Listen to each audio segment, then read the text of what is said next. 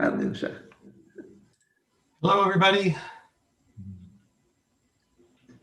We'll give just a second to make sure we get everyone in from the waiting room. Hey, Brody, you have a cool duck in your background, Brody. Do you know what kind of duck that is? It's a wandering whistling duck. Wow, I have never seen a wandering whistling duck, but that's a very cool looking duck. Okay, well, welcome everyone to this meeting of Carpinteria Birdwatchers for Thursday, December 3rd. This is sort of a funky meeting. We're just going to talk about the Christmas count because that's all I've been thinking about for the last week.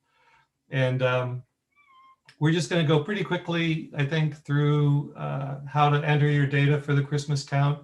I'd be happy to answer any questions. I think I should be able to do a quick demo where I show you sort of how to share your eBird list if you're using eBird to enter your list, how to share that with the Carp CBC eBird user, which is my preferred way for you to get your list in for the count. I need to sort of apologize at the outset. I had intended to have everybody assigned, everyone who had signed up with the sign up form with a location, and I have not done that. I've gotten about halfway through the list, maybe a little more than halfway. It's a tribute to how many people have signed up. We've had pretty good turnout. For the last few years, we were up in the mid 70s, I think, and in terms of the number of participants in the Carpinteria Christmas count.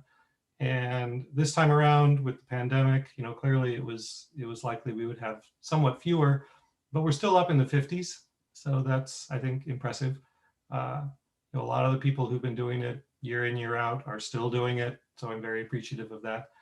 As I say, I've got about half the assignments out, and I'll get the rest of them out over the next few days. So if by this weekend, if you've signed up for the Christmas count this year in Carpinteria and you have not received an official assignment email from me by this weekend, you have permission to yell at me.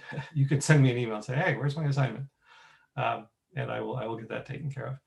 And it's coming together nicely. We've got some really exciting things happening in terms of the assignments. One thing I'm excited about, Jenny Slaughter, one of our co-hosts, is going to be going out to Jameson Lake along with a team that includes Peter Gady, who's one of the best birders I've ever had the privilege of birding with. So I'm very optimistic that if there are any cool rare birds to be had out at Jameson Lake, their team will get them. We won't find out what they get until they get back within cell phone range, probably late in the day.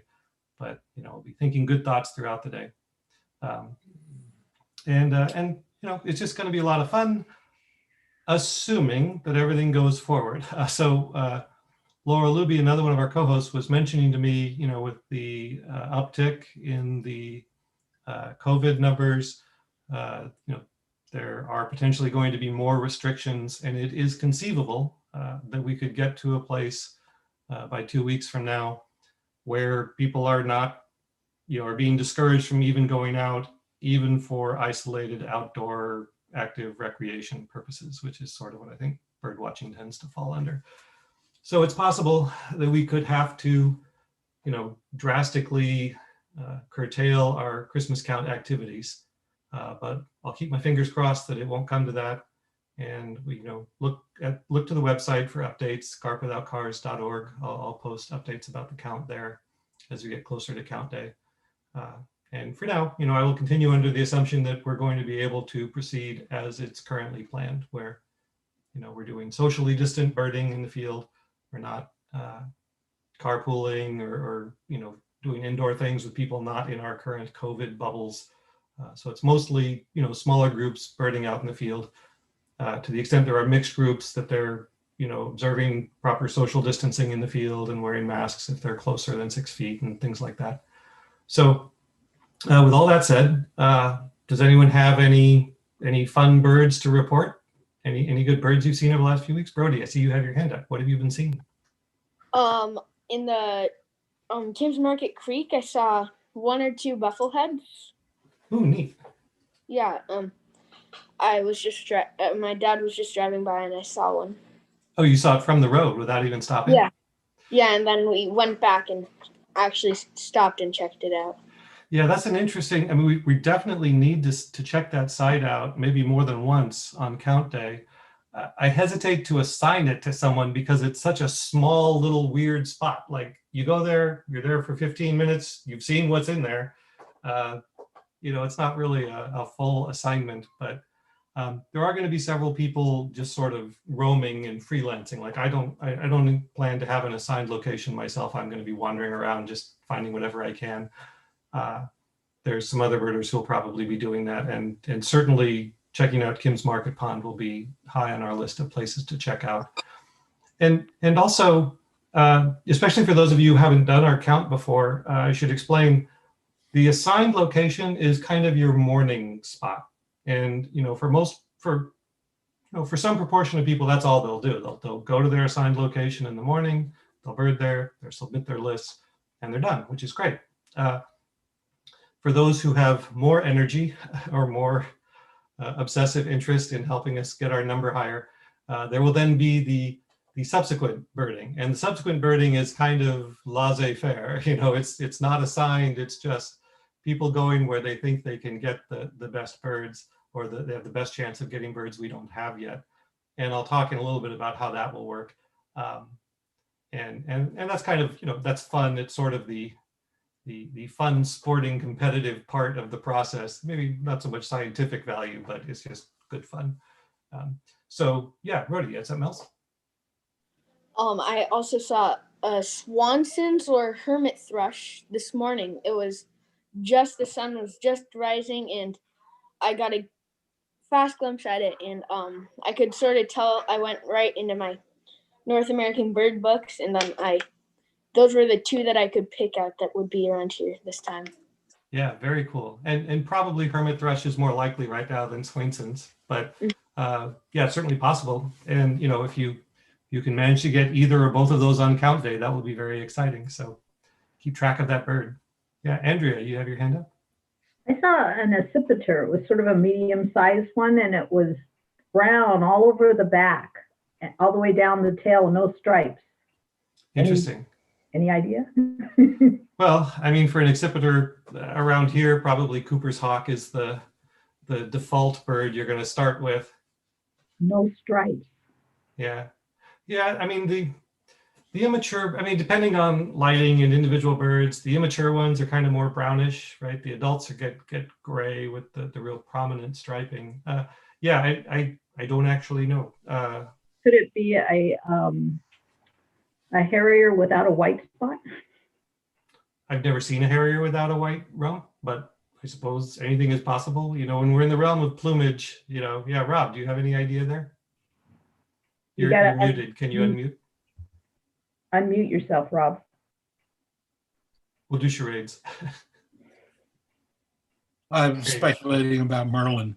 They're not medium size. They're about like that.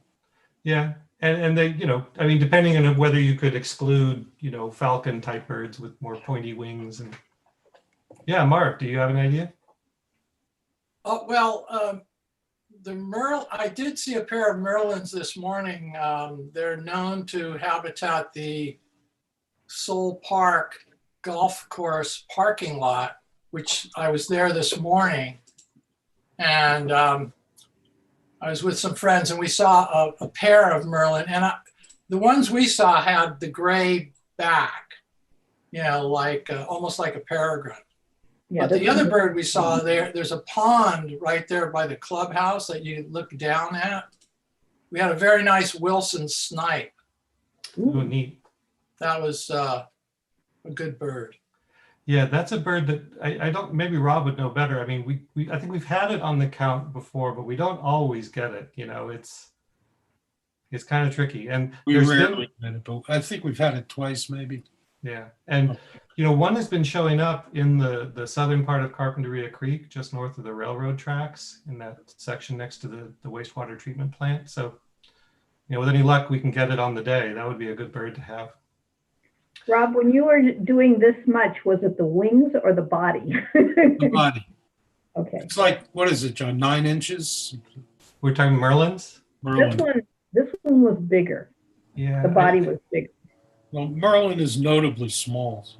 Yeah, it's a little falcon. I mean, I think of it as being kind of close to the same size as a kestrel, an American kestrel, but but much faster, more, stronger, more rapid and direct flight than a kestrel has. Okay, well, I'll sit here and talk about birds all day, clearly. I don't know. I have one. Yeah, Eric. Yeah, I saw, maybe it is new to me, maybe not new to the rest of you, but a really nice male green-winged teal by the bridge in the salt marsh a few days ago. Oh, Late neat. afternoon. Yeah, Santa Monica Creek has had 10 or 12 the last couple of times I've been out there. And I Very had cool.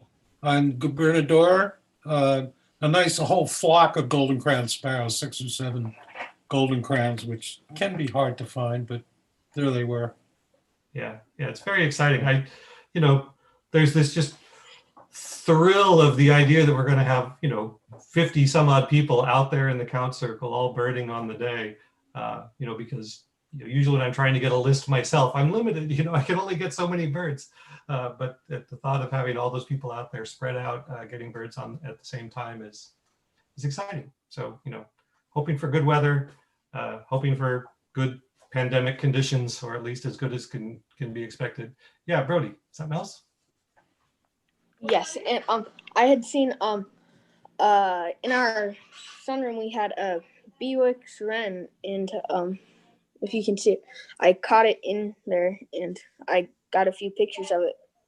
So you actually caught it in your hand. You held the Bewick's wren. Wow, that's impressive.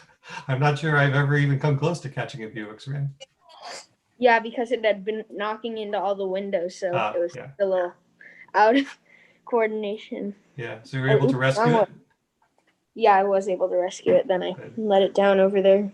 Glad to hear it. Well, maybe you can get that bird on count day. It'll repay the favor by letting you see it on December 19th. Yeah. Okay, so anything else just in terms of recent bird news people want to share? Going once? Okay, well, we'll move on. And I had a few things I wanted to show. So one thing I wanted to talk about was the official map. So if you are, so our count circle, like all Christmas count circles, is a 15-mile diameter circle. And if you are birding a location for the count day that's near the edges of the circle, it can be very helpful to know right where the edge is. So I wanted to point out that there is a blog post at carpwithoutcars.org, carpwithoutcars.org/CBC, that has links to various things. And one of the things it links to is a map for the count. And I'm going to go ahead and share my screen, and we can take a look at that. Let's see. I think I want this window, and we'll do it this way. Okay, so if you go to that link, if you go to that page in the blog and you click through, this is a map that's created by Wim Van Dam, the Santa Barbara County birder and technical whiz. And I wanted to point out that the count circle has moved around a little bit. It is not officially supposed to move, but just through mischance, as circumstances happen, we've ended up with a different version of our circle in the official location at the Audubon Society CBC data than the circle we've actually been using. So I have made a request to them to update our count circle to be the circle we have been using, to change the location to reflect that.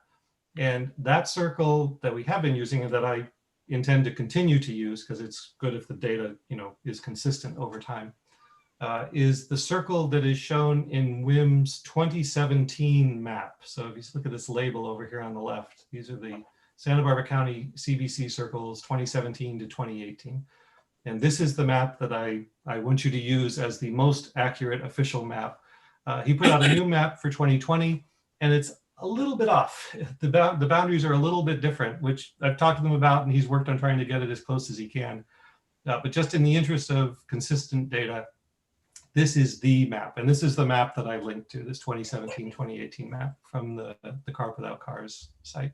So again, if you're in the middle of our circle, it doesn't matter. You're in our circle, so you don't have to worry about it.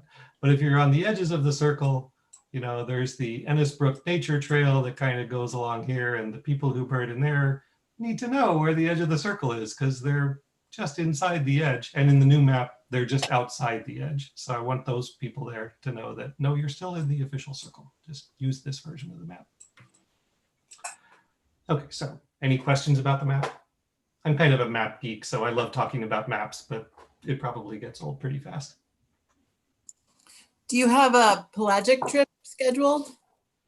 Yes. So as they have done in years past, the people at Santa Barbara Channel Keeper have agreed to let us use their boat, or rather they will be skippering the boat, and Dave Perexta has agreed to go out on the boat. So he's a fabulous pelagic birder. And he will be out there on the boat, assuming it goes forward. Last year we had strong winds and they didn't go out. Again, there's the potential that weather or the pandemic situation could cause us to lose our boat access as we get closer to the day. But I'll keep my fingers crossed that they do get to go out there. And yeah, and they'll be in this part of the circle, getting us our pelagic birds that are harder to see from shore. All right, so let's move on from the map. I assume the reservoir is in there. I don't see it. Yeah, when you say the reservoir, the Jameson Lake, Yeah. yeah, you have to zoom in for it to be obvious, but Oh, this is there what it it is. looks Okay. like. Yeah. Okay. So yeah, Jenny and Craig and Peter and Peter's son Lucas, I think is the official count. Yeah, Jenny's nodding. They're going to be out here, and they actually get to spend the night there the night before at the compound. Presumably, some of this is tentative, but then they'll be able to bird there at the lake. Should be able to go out on a boat, tootle around on a boat around the lake. This area up here, the North Fork of Juncal Creek, where it comes into the lake, this has historically been a very birdie spot. So a really cool place that you can really only reach easily with the boat. Lawrence's goldfinch. Yeah, Lawrence and green-tailed towhee one year, so very Yeah. exciting. Which was really annoying. Like it didn't let you see it, right? Like I managed to see it, and you were like 100 feet behind me, and then it just disappeared into the bushes. You mentioned Ennis Brook Trail. That reminds me, I was there a few days ago, and just north of the loop, I had a brown creeper. I saw that. I saw that you mentioned that. Yeah. So which is- that's a really, it's not rare, but it's rarely seen, that kind of bird. Yeah, I mean, I don't have one in my Santa Barbara County year list this You year. could have So, one. well, I've tried. I have failed so far. Andrew, I see you're waving a hand.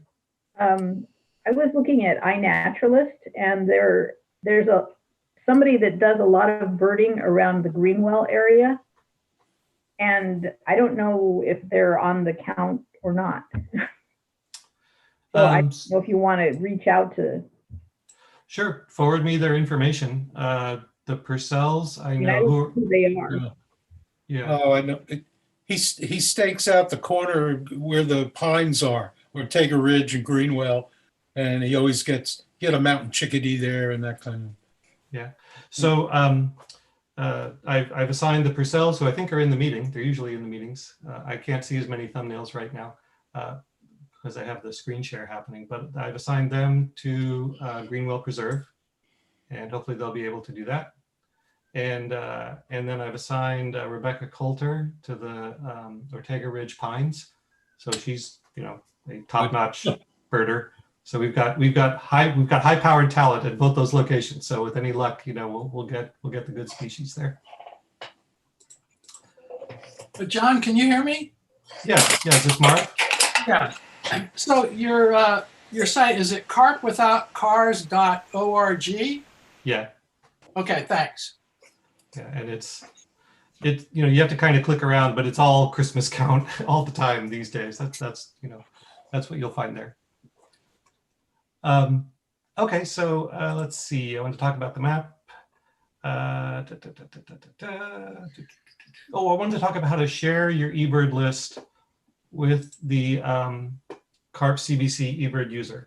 So this is going to be a little more complicated in that I need to join the meeting from my phone, which is going to be hard for me to do and talk at the same time. So someone who has some interesting bird story to share your interesting bird story while I play with my phone. Who can we Well, get the up to? Ventura settling ponds was great a few days ago. Mario and I had, I don't know, 53 species, including a big flock of white pelicans, 3 soras, some bizarre mallard hybrids, 1 yellow-crowned night heron, 643 black-crowned night herons. Not really, but a lot. What else? I guess that's the end of my story. Sorry. There were That's a 7 good story. gold crowns at the salt marsh a week ago. Yeah, I had my high count was 11. Oh, wow. Yeah.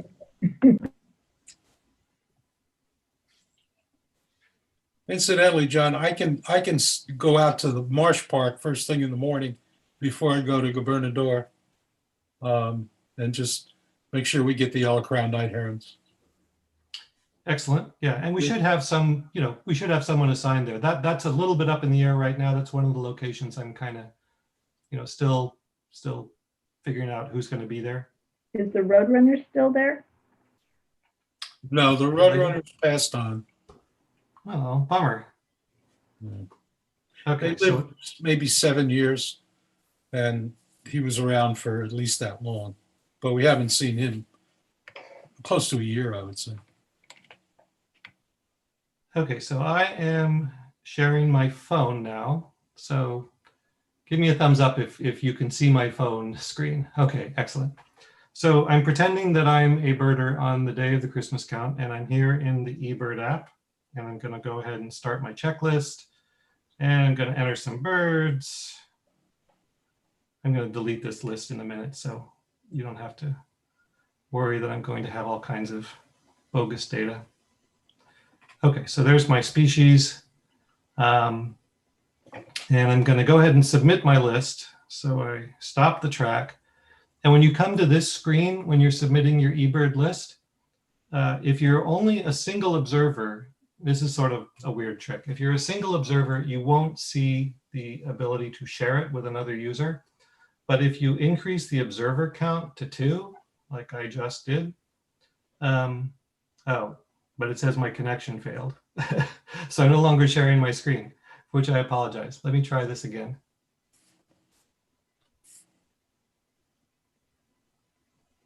All right, we're going to go back in. I'm going to try and share it one more time.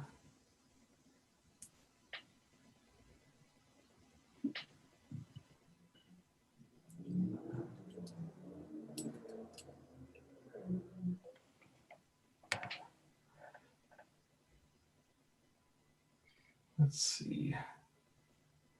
Oh, I'm looking at my shared screen from the previous connection. This is very confusing, even for me. Okay, so that has gone away. And let me try one more time to share my screen. Okay. And if this doesn't work, I'll just move on to the next thing because this is kind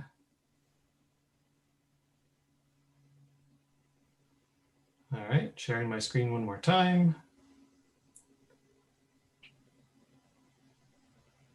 Okay, so here we are again in my eBird app. And now you can see here, we'll back up. So when we started, we had 1 observer and we had no ability to share, right? So are you following along? I'm up in the sort of upper left-hand part of my screen here. But if I increase the number of observers to 2, now I have this share checklist with option. And I can hit that and I can say share with Carp CBC is the eBird user that I want to share with. So I'm going to go ahead and do that. And then I'm going to click on done. And now it says it will be shared with 1 eBirder. And I can actually go back and change the number of observers back to 1. And it looks like my sharing thing has gone away, but it's actually still sharing with that user. So, all right, I think my screen sharing just broke again. So I'm just going to go ahead and stop that. Because I've shown you the trick that I hope to show. So we do that the whole time or just when we're done? Just when you're submitting the list. Yeah. How do can I yeah, I can stop my own sharing from here.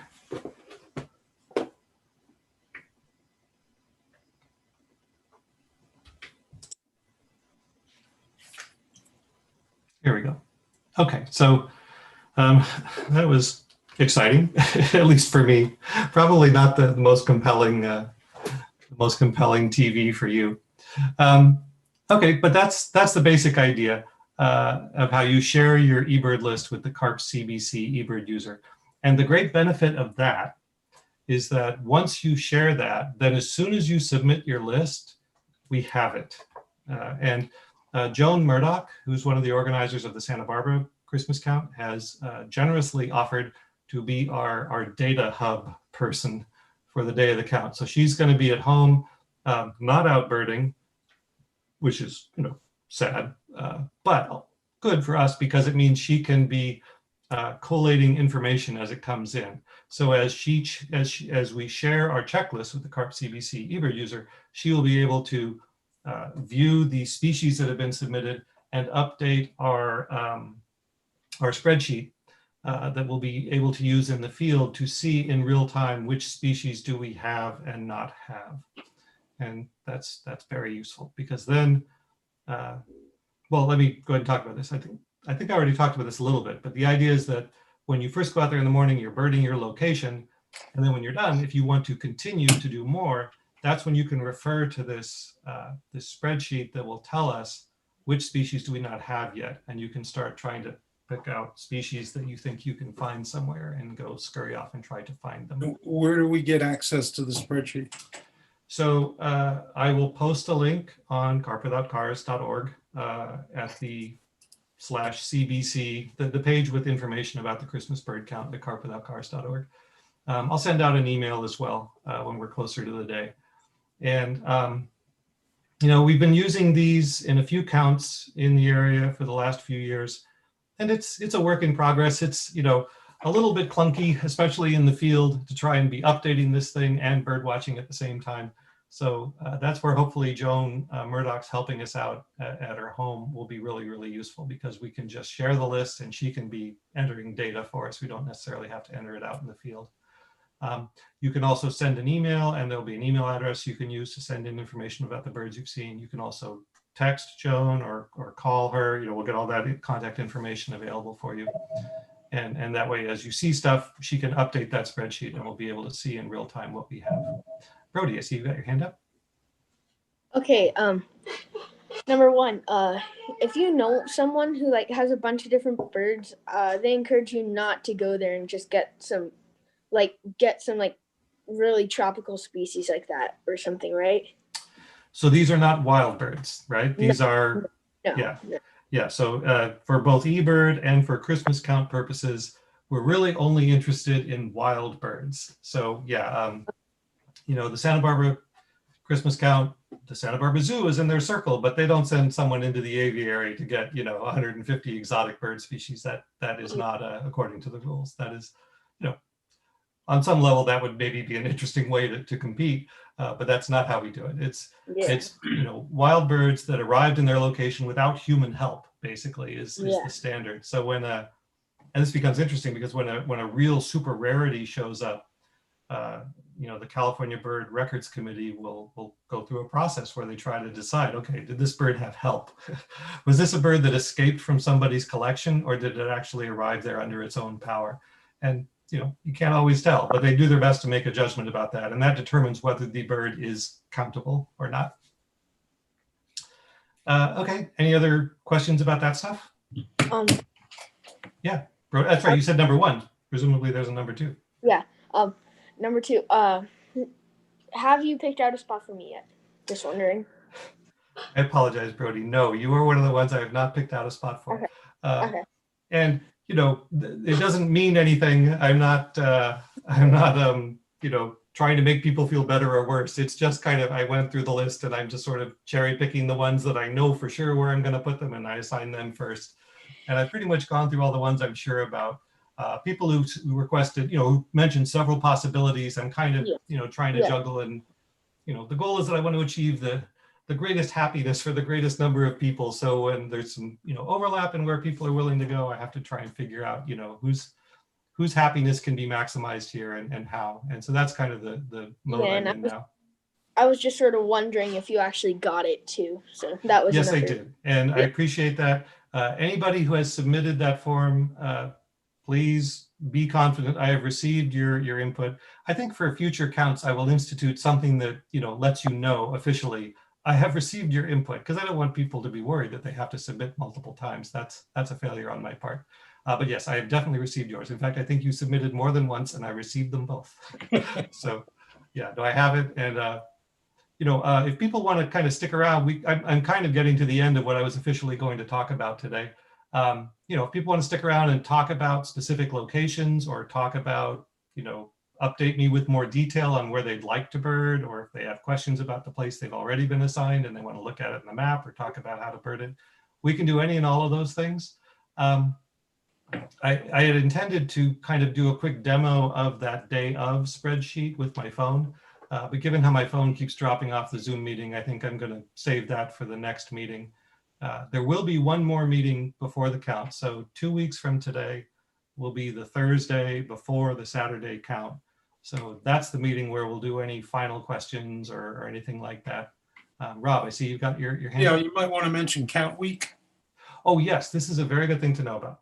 So I highly encourage everyone to be out there birding your locations if you've been assigned a location, or just birding wherever within the circle that you have an interest in birding.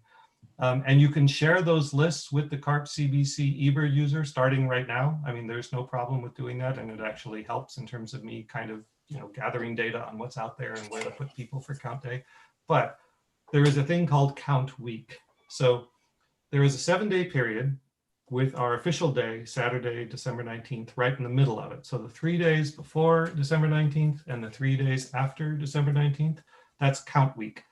And the significance of count week is that any birds we see on any of those days, the 3 days before or the 3 days after, that we don't see on count day, we can still report them in our official submission as count week birds. And it's a little bit of a consolation prize, when there's a bird we know is there and we're really excited and then we just don't see it on the day, which is kind of heartbreaking, but does happen. At least if we see it in the 3 days before or the 3 days after, we can let them know that it was here, it really was here, we saw it, we just didn't see it on the day. And so, yeah, so for that purpose, so that would be, I guess, Wednesday, Thursday, and Friday, right? Would be the 3 days before Saturday the 19th. So our meeting Thursday, which would be the 17th, I think, the next meeting of this group, that'll be right in the middle of the 3 days prior to the official count day. So we'll be in the midst of count week, and you should definitely be seeing what birds you can find and putting them on the list then. Yeah, Brody, you had another question or comment? Yeah. What's the exact day that it's on? The count itself is on December 19th, which is a Saturday. It's on a different day every year. There's a 3-week window in which it can fall. And we traditionally, starting with Rob, who started the tradition, I think. I'm not sure if in the early days you did this, but I think maybe you did. It's always been the first Saturday of the count window, of the 3-week window. Well, it was a Wednesday once, which was a big mistake. Ah. Yeah. Yeah. But yes, December 19th. Can I ask something, please? Yes, and Carla, before you ask your question, you have to introduce your companion there. I've seen, especially in rewatching these videos, I realize you've got a bird on your shoulder all the time, and I've never commented on it before, but He's we have an my actual bird. Yes, he's my 26-year-old. I've had him since he was 3 months old. He's a peach-fronted conure. Well, he's very well behaved. He is, well, for the moment. He seems to like your tone of voice, I guess. He's been good, but he's a good friend. He's been a good buddy. Right, well, Anyway, yeah. I wanted to ask. So when we're out there and suddenly we're seeing all these birds, I mean, it takes time for me anyway, to input the things into eBird on the list. Can I just make a list, like even if it's like a scribble list and then input everything later? I mean, is that going to mess up the time frame? You absolutely can do that. And you should do whatever you are most comfortable with. Yeah, and you don't need to use eBird at all. You know, I mean, if you want to just keep a paper-based list, that's fine. If you want to keep the whole thing on paper and then take a photo and send me a picture of your list, or just drop it in the mail or whatever. I mean, you can do any of those things. That's fine. There's more details about the options on the instructions for group leaders at carp-without-cars.org. But yeah, you totally can. And I'm just weird that way. I like playing with my phone, so I'm out there bird watching and 600 plus checklists. I guess you you would be. But I have heard the criticism before from someone who is in a position to know that I'm missing a lot of birds because I'm staring at my phone when I should be looking at the birds. Yeah. So, yeah, I work on that. The only thing is, is the time period, because it may be 45 minutes later that, that the information's going to be gathered. How is... That is fine. I mean, I'm excited about the instantaneous update part, but just whenever you can let us know is fine. And certainly if you get a real special bird, letting us know about that would be helpful. And the idea, the schedule for the count day is that, people are going to go out and do their birding in the morning according to whatever schedule they individually or with their group leaders, work out. And then if you can get your lists in, before noon-ish, that will help, because then at 12:30, we're going to have a Zoom meeting, a collective meeting. And this is sort of like the noon tally meeting that we've had in the past in person. This year will be via Zoom. And at that meeting, we'll go over whatever reports we've received to come up with that list of what do we not have yet. And that'll be really helpful for the people willing to go out again in the afternoon and look for stuff. And, again, like last year, famously, red-winged blackbirds was on that list, and we did not get a red-winged blackbird for the count, which is just so annoying. But it was also super windy and hard to bird in the afternoon. The birds were hunkered down and hiding. So anyway, birding up in Marin, and there are so many red-winged blackbirds right now. I'm thinking, come south. There's a lot of them around here too. I just did a bad job, of organizing to miss them. But we'll definitely get them this year. We may miss 5 other birds in the process of getting those red-winged blackbirds, but we'll get those red-winged blackbirds. We'll find them. Thank you. Okay. So anything else before we wrap up for today? Yeah, Rob, I see you got your hand up. Yeah, I'm just curious who's birding Carp Creek. So the lower part of Carpinteria Creek, below Carpinteria Avenue, I've assigned to Glenn Kincaid, who birded it last year. But also to the extent we have freelancers kind of running around, making havoc on their own, I expect they'll be hitting Carpinteria Creek as well. There's going to be some duplicate coverage there. And for people who, finish up their assigned location and want to go hit Carpinteria Creek, I think that's great. When I was listing off for Glenn in his assignment email, the number of species that have been showing up there recently that were unlikely to get anywhere else, it was a long list. There's a lot of birds down there that, there's a yellow-breasted chat that's been, fairly regular there. Not easy to find, but it's there. There's the northern water thrush that's been in there. There's that, the Wilson snipe that's been hanging out next to the wastewater treatment plant. There was a cackling goose down there for a while, though I think maybe it's left now. It has. There's a female northern shoveler that's been down there, which is a species we have not had in a lot of counts. And if she's still hanging out down there, in the lagoon right near the ocean at the south end of Carpinteria Creek, we should get that bird. So yeah, that's really a key location. And there's a lot of others.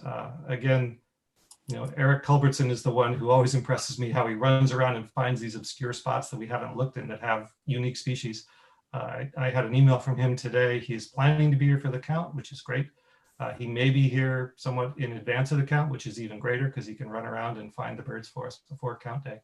But yeah, we'll see. And I mean, I obsess about this.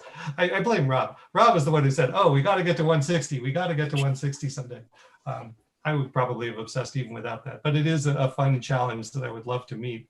But in the end of the day, the goal is for people to have a good time. And it's a fun day to go out and look at birds. And however many species we get, and whatever species we don't get is fine. It's going to be a fun day. Yeah, Rob, something else? Do we have someone going up to the fire station on 150 and that corner of Lake Casitas? Yeah, so this is interesting. This is a part of our circle that I rarely bird because I'm, obsessed with Santa Barbara County birding, and this is over in Ventura County, the part of our circle that just tips into Ventura. But out by Lake Casitas, there's this fire station along the 150, and yes is the answer. So Kay Regester, who has birded that in the past, she just got back to me today that she is planning to bird there. Great. So yeah, so that should get covered, which is good because they have lark sparrows there usually, and we rarely get them anywhere else in our circle that we have access to. Yeah, Wes had the first year, I think it was a Vesper sparrow, and he had a huge fight with the regional coordinator about the, the documentation. Yeah. Yeah, and so documentation is worth talking about too. The day of the count, I am an optimist. I will be gladly taking any reports of any birds up to and including whooping cranes. The day after the count, I then get the green eye shades on and start getting very critical and like, okay, what are we actually going to report to the official submission here? So any documentation you can get for the rarer birds that you see is helpful. And I've got a link at the blog on the page with the instructions for group leaders that talks about documentation. There's a form you can download and fill out. You can also I'm fine with people filling it out in the eBird detail field for the submission. And a lot of these birds will be rarities in eBird as well. So you'll be prompted in eBird to give more detail. So there's a link to an article that talks about what sorts of information are useful. What did you see? Yeah. I'm sorry. No, go ahead, Rob. If we put in the eBird list, you still want a rare bird form? I don't think you have to now, because it's really just for me, and then I put everything together and submit it. So if I feel like there's enough information there, I don't need the actual form, as long as you put the details. So it's, what did you see? What made you think it was this bird? How did you exclude other possible identifications? So if there's a similar bird that's more common, what did you see that led you to think it was not that? And the ultimate documentation, if you can get it, is a photo, even a poor cell phone photo or an audio recording. If you've got something that identifies the bird by sound, that's the gold standard. If you can get that, that's great. And if you do get a rare bird and it's early enough, in the day, or even, if it's late in the day, but we can get back in and refine that bird on a subsequent day and get photos of it or a recording of it vocalizing, that's really helpful too. So, and a lot of times these rarities that show up in the winter are wintering birds, they're hanging around in one spot. So, people will be excited. There'll be a pilgrimage of many interested birders going out to check out your rarities in the subsequent days. Yeah, something else, Rob? One more thing. And then I'll get you Eve. I apologize for overlooking I'm you. sorry. No, it's okay. Go ahead, Rob, and then Eve. Oh, I'm not going to need my scope on Gobernador. So if someone is going to a place where, like doing a sea watch or something and need a scope, I'm happy to loan it. Okay, so yeah, if somebody wants that, either contact me and I'll put you in touch with Rob, or you can contact Rob directly if you have his contact info. But that's great. Thank you. That's very helpful. Eve, what were you going to say? Yes, I was just going to let you know for sure that I'm going to be in town on Wednesday and Thursday. And if it's helpful, I don't know if you have any suggestions for things that people might do on the week counts. Yeah, just, not really, no specific suggestion, but, anything you can find on those days. I guess, if I had a magic wand and I could control what people wanted to do, I would want them to go out and explore obscure places, places with good vegetation, like, exotic plantings that bloom in the winter, like the Cape honeysuckle or blooming eucalyptus trees, tend to get a lot of interesting wintering birds. Or, rarity traps, Carpinteria Creek. There's a lot of places that sort of have produced one or more interesting birds in kind of weird, obscure spots in previous years. And, if I had more time, I would totally be running around checking out all of those. So if you want to contact me offline and we can discuss it, and yeah, I'd be happy to recommend. I can think of places all day that I'd love to have, someone of your caliber in there seeing what's there to be found. Okay, well, yeah, we want to do whatever's helpful, so that'd be great. All right, You can thanks. make a list and put it on Carp Without Cars. That is an excellent idea, Andrea. I will do that. I will do that as soon as I get done with the assigning. I don't know if you're as obsessed as I am and you follow all the eBird lists in Santa Barbara County every day, you'll notice that I've been it looks like I've been a very lazy birder. I've been birding my backyard almost continuously for the last week. It's just because I want to keep my eBird streak alive. I have to get one list in a day. So that's what I'm doing, is I'm spending 10 or 15 minutes in my backyard. I want to go out there and do more birding, but I feel guilty, like, no, I got to get this organizing done and the assignments done so people can go out there and start birding their locations and scouting them. So hopefully I'll be out in the field more over the next couple of weeks once I get the assignments done. Okay, Jenny, I see you got a hand up. Let me know if I can help you in any way. Yeah, thanks. And I did talk briefly via email, I think, with Tom and Laurel, and I'll talk with you and them after. Also, there's some help you can give me in terms of access permissions. I want to get out and get in touch with the people that we've talked to in the past about securing access to private areas. I'm a little behind on that, and it would be good to get that process taken care of now. And there may be more sensitivities this year because of the pandemic, so it'd be good to get in touch with those people and see if we can still get into those locations. But I will follow up on that. Yeah, thanks. Anything else before we go? Hey, I have a question. Yes, Kim. Hi. Hi.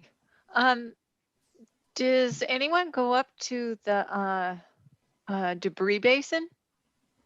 You're talking on Santa Monica Creek? Yeah, yeah, Like all the way up. like you Rancho Monte Alegre? Yeah. Yeah. That's an excellent question. So I have not contacted those folks. Traditionally, we have gone in there. We've gotten permission to go in past the lock gate and get in there. And it's neat habitat. You go up on Santa Monica Creek, and there's this really nice riparian corridor that goes up there through the hills.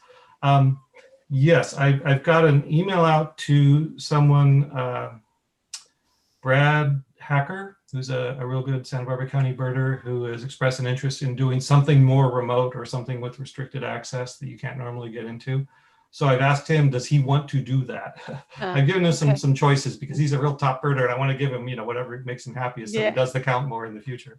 Well, also because it's good for the count.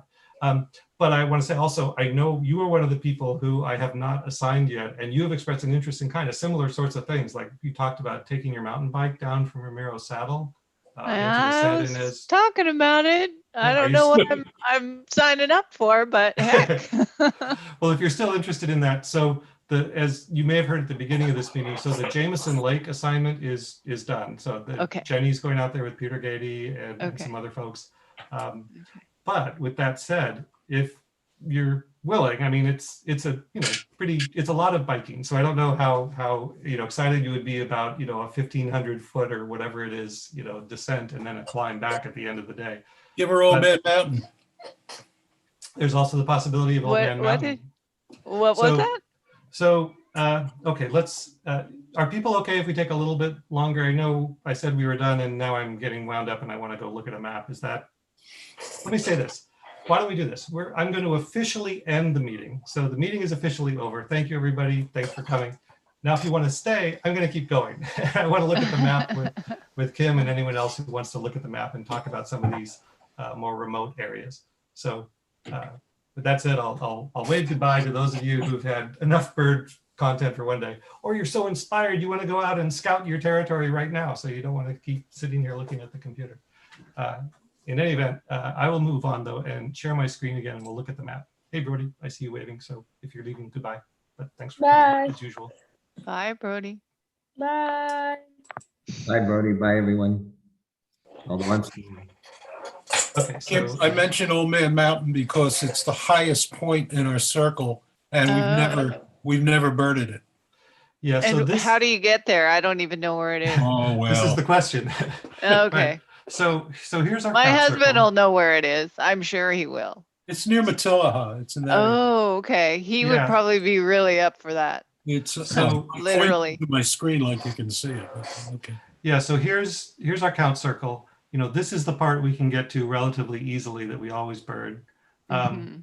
Jameson Lake is up in here. Old Man Yeah. Mountain, I want to say, is up in here. Oh, okay. And basically what you're talking about doing is, going So up do you get to 33 it from the 33? Yeah. Yeah, you'd go up to 33, and then Yeah. this I think is Tillaha. I'm not sure what I've never been Yeah, up this road. he's been out that way before.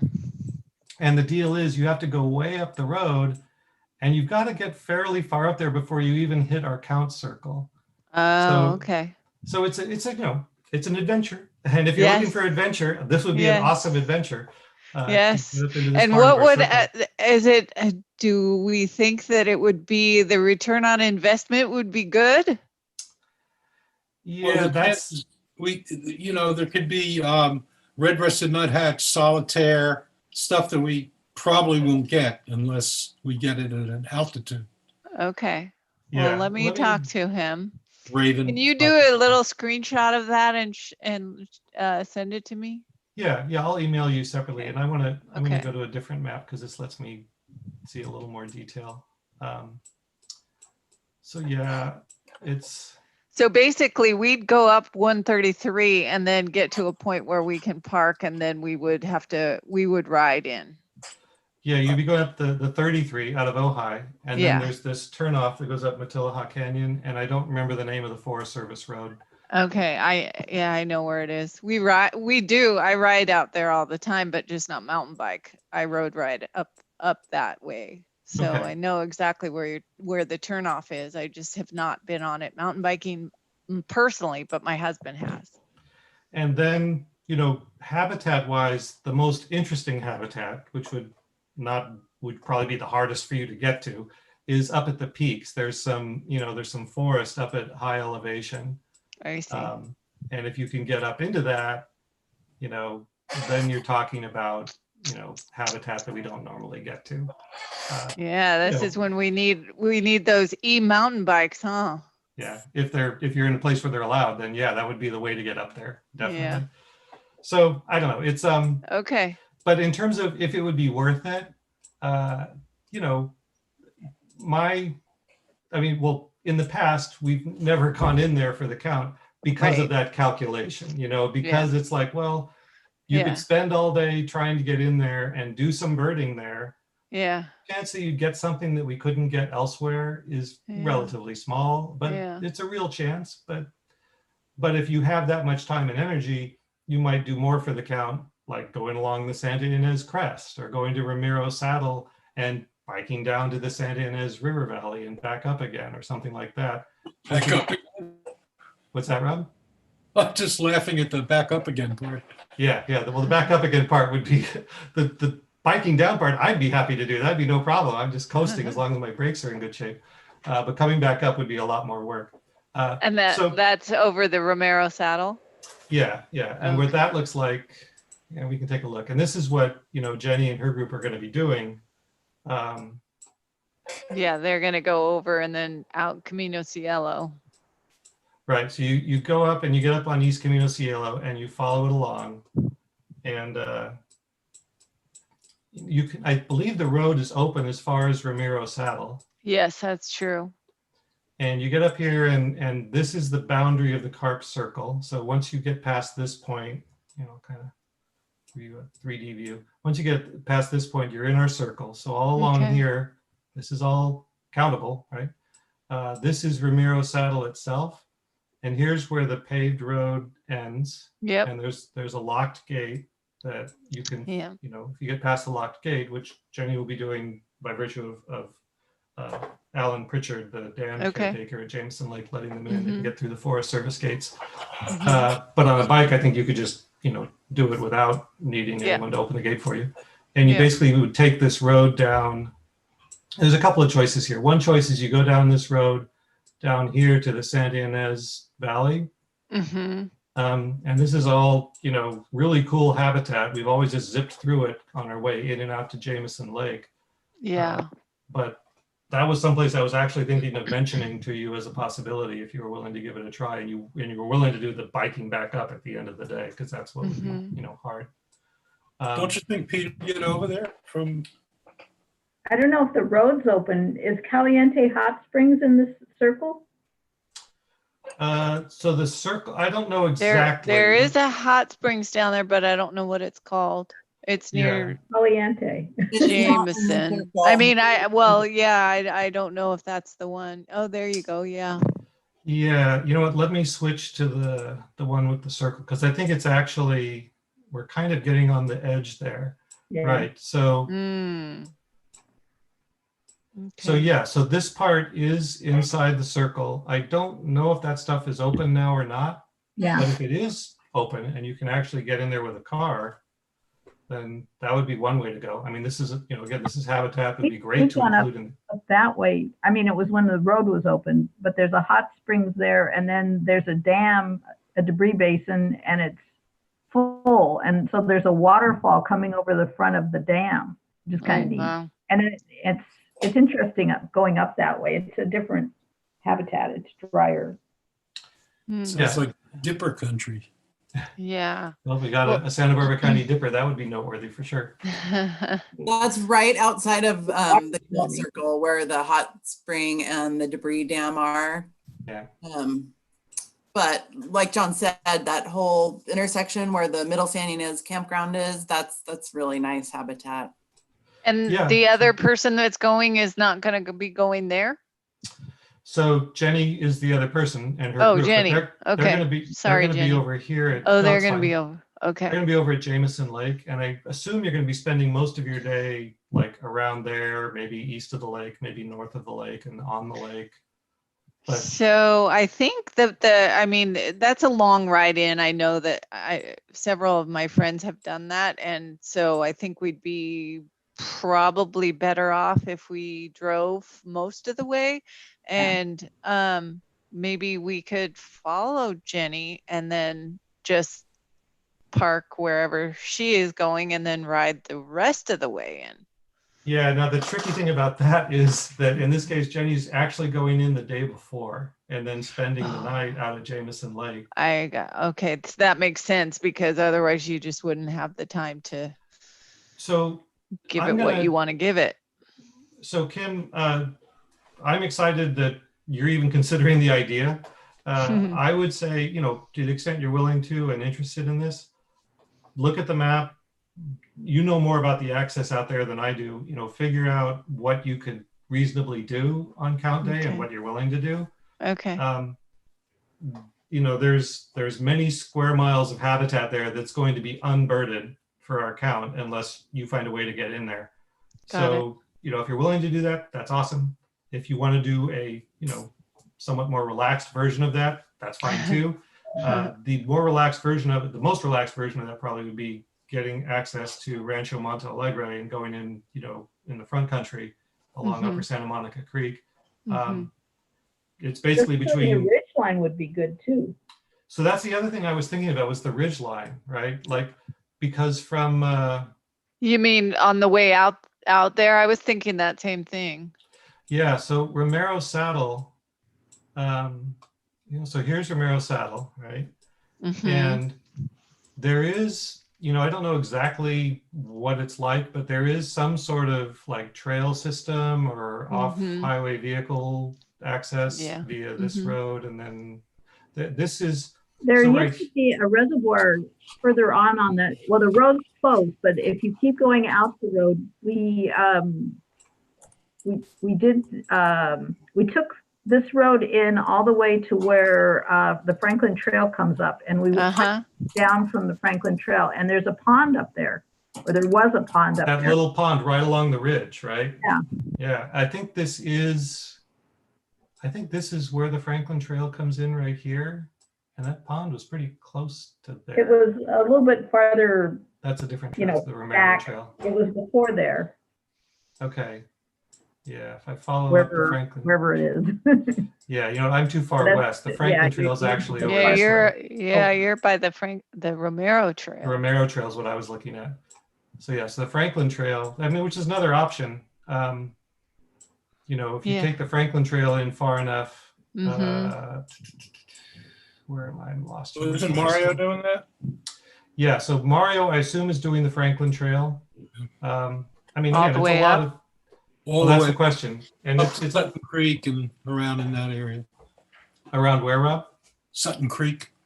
Yeah, so that's kind of, What is it, 1913 trail? yeah. So if you go up, so this is the Franklin Trail here, and you just kind of follow it up. You know, it comes up here, And where is, I guess Sutton Creek is this down in here. So yeah, so you can come up the Franklin Trail, you can drop down into Sutton Creek, you can go up again on the north side of it, and you get up to this road that I think you're really not supposed to be on normally. And then you can come back over here and meet up with the Franklin Trail again. Yeah. Yeah. And then the Franklin That's all Trail, the ridge. yeah, and if you go all the way up to the top, there's this little pond here, and here is the little pond we were talking about. It's up there on the ridge, which, you know, could be devoid of bird life, could actually have some really interesting birds in it. I don't know what's up there, you know, no one's there. There were some, a little bit of reed, but not very much when we were there several years ago, but it was during the drought, and, you know, I don't know what it's like now. Yeah, yeah. I mean, it would be, you know, be wonderful to have a little airship and be able to drop in there on count day and say, what's at this little pond? You know, maybe there's Soras in there, maybe there's a Virginia rail in there, who knows? John, what map are you using? That's a really nice app. This is just, you know, Google Maps. How do you get that three-dimensional? It's just like the You learn basic- how to use it. It's just this basic Google Maps interface, and you hit the 3D button and you're in 3D, and then you hold down the command key and you can That is pretty cool. That is easy. Yeah. Thank you. That's great. So Yeah. we were up Okay, on- so we said Romero, we said the ridge line, and Oh, right. that could be from the outside circle to like Romero, Yeah, Romero where- Saddle.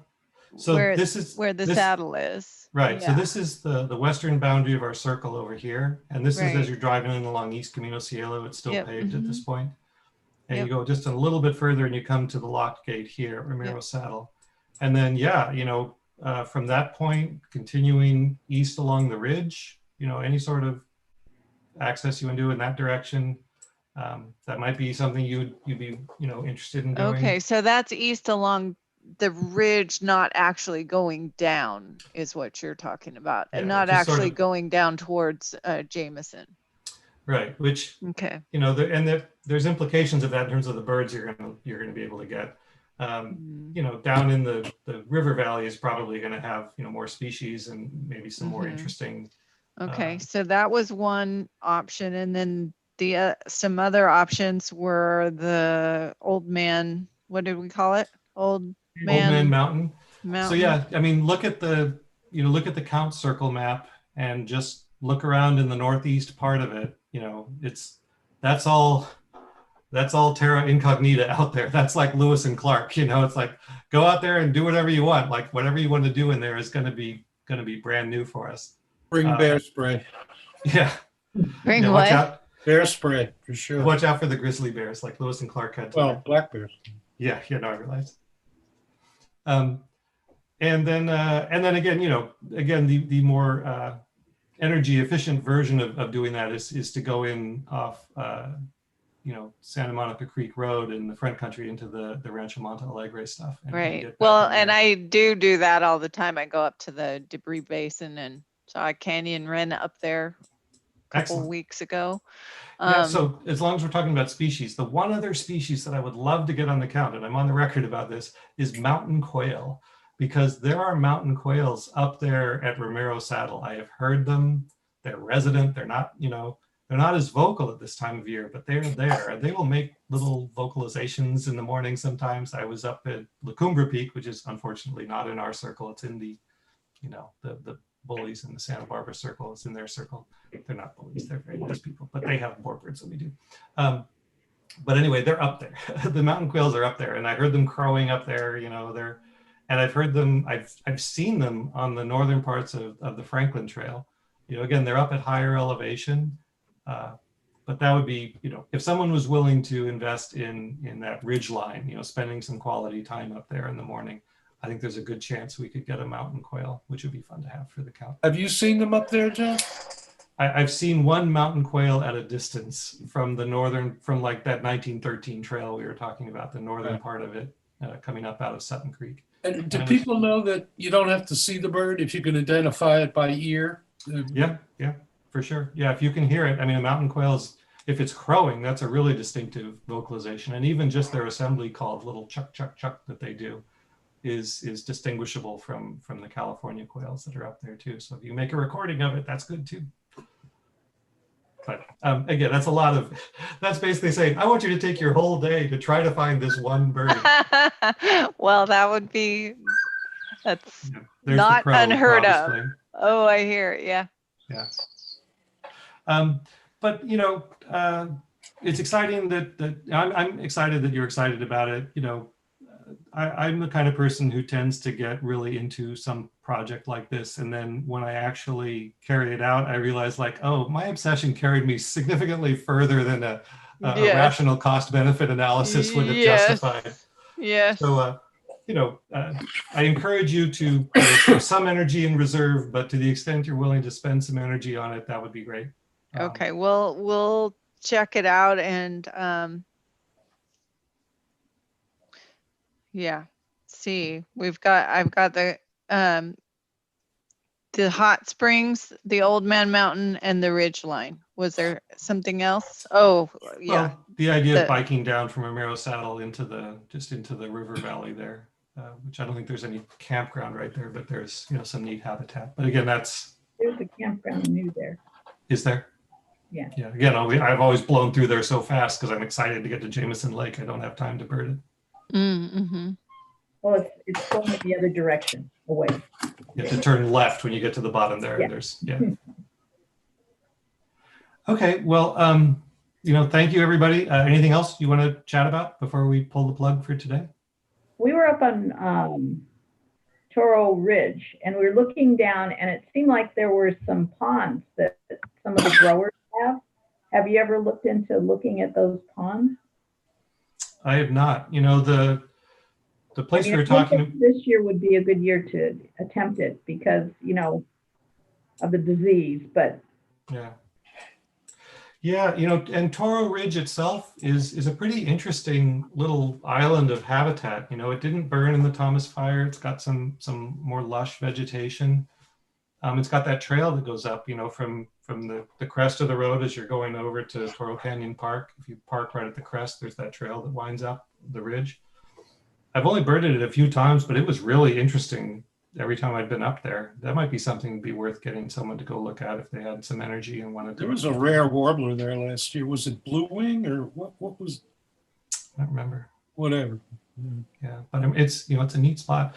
And then this little pond. So this is basically if you go into Rancho Monte Alegre, this is Foothill Road, the 192, and this is basically Santa Monica Creek Road, and then it crosses and there's this locked gate here. So we get the gate code, hopefully, assuming we get permission, and you drive up and you basically park at this little roundabout here.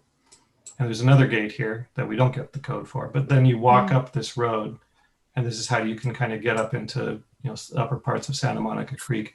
And this little pond right here, we've had soras there before, which is a great bird for us to get for the count. We have a really hard time getting that anywhere else. There's lots of red-winged blackbirds there too, usually. Well, as we know, I'm adamant that we must have red-winged blackbirds. All the red-winged blackbirds in our circle must be counted to make up for last year. Anyway, so let me, as I say, and here's the debris dam you were talking about. Yeah, and the canyon wren was right next to that. Yeah, canyon wrens and rock wrens and rufous crowned sparrows. That whole that sort of cliffy front country border is a really good spot for all those species. Okay. I'm still, waiting to hear back from Bradley Hacker about his preference. He's the other person who really wants to, is gung ho to get out there and get into some restricted access stuff. So once I find out what he's willing to do, I can, balance his needs and your needs, and we can figure out what's interesting to people. There's many choices available. So, as long as you're not going to, get into a wrestling match over one specific spot, we should be fine. You should. Yeah. Both So have an we've adventure. we've ridden past here because we've gone all the way up. And at some point it goes back east and hits up with the Franklin Trail again.